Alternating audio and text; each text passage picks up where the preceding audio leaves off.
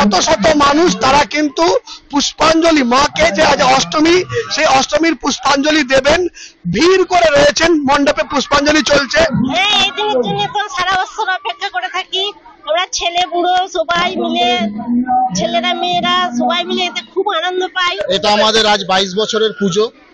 আমরা এই পুজোটার জন্য সারা বছর অপেক্ষা করে থাকি। এই পুজোতেই আমাদের এলাকার সকল বাচ্চাদের আনন্দ।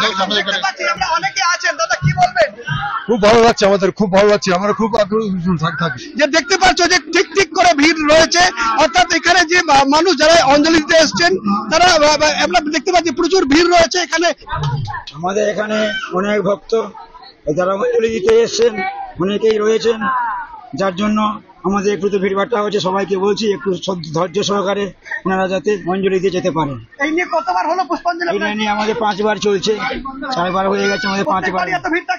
আরো বেশি সবে শুরু, আরো বেশি তো সবে শুরু। এলাকাটা এটা কিন্তু একটু পিছিয়ে পড়া এলাকা, অথচ মানুষের মনের মধ্যে আজকে অষ্টমীর সকালে মাকে তারা যে পুষ্পাঞ্জলি দেবেন সেই পুষ্পাঞ্জলি নিবেদন করার জন্য সকাল থেকেই কিন্তু ভিড় জমিয়েছেন। সেই ছবিটা এই পশ্চিম জগতীপথা যে পূজা মণ্ডপ রয়েছে সেখানে আমরা দেখতে পাচ্ছি।